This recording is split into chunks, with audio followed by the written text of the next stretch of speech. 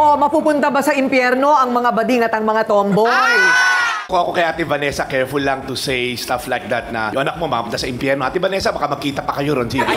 So, ikaw pala number one na lang. Para to answer this correctly, not pertaining to a particular gender o ano, ang clear po sa Bible, paano ba mapunta sa impyerno? Ang sabi po doon, for the wages of sin is death. Ang kabayaran ng kasalanan ay kamatayan. The word pong ginamit dito, I studied a little bit of Greek, nekros, eternal death. Now, sino ngayon yung makasalanan? Ito rin sinabi sa Bible, for all have sinned and fall short of the glory of God. Lahat daw po, nung pinanganak, tinan mo kung may pusod ka. Kung may pusod ka, makasalanan ka, okay? Galing tayo kay Eva at Adan except si Jesus na hindi po dumaan sa linya po ng tao dahil siya nga ay conceive ng Holy Spirit. Now, kung lahat makasalanan, lahat papuntang impyerno, sino ngayon mapupunta sa langit? That's a good question. Now, ang maraming Pilipino gumagawa ng kabutihan kasi dinisip nila, do good works, you're gonna go to heaven.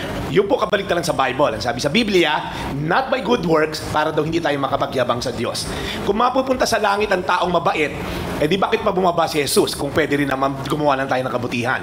Kung ganun po ang labanan, dapat pinadala niya accountant, hindi savior, para bilangin ilan na good works mo. Pero very clear kay Jesus, I am the way, the truth, and the life. No one will go to the Father in heaven except through me, sabi ni Jesus. So yung tanong mo, Ate Coring, mapupunta ba sa impyerno yung anak ni Ate Dalisay? Hindi ko alam. Pero alam ko kung sino mapupunta sa langit. Ang mga tumanggap sa kapatawaran na inalok ni Jesus nung siya'y namatay sa krus ng Kalbaryo. So, lahat tayo rito papunta ng impyerno the moment kay panganak. So, hindi na question yung, pupunta ba ako impyerno? Papunta ka ng impyerno. Kung di nang ialam si God, John 3:16, for God so loved the world that He gave His one and only Son. Kung di siya nag-intervene sa history ng mankind, lahat tayo papunta na rin naman ng impyerno. Kaya dapat magpasalamat tayo. Sabi sa Bible, it is by grace you have been saved.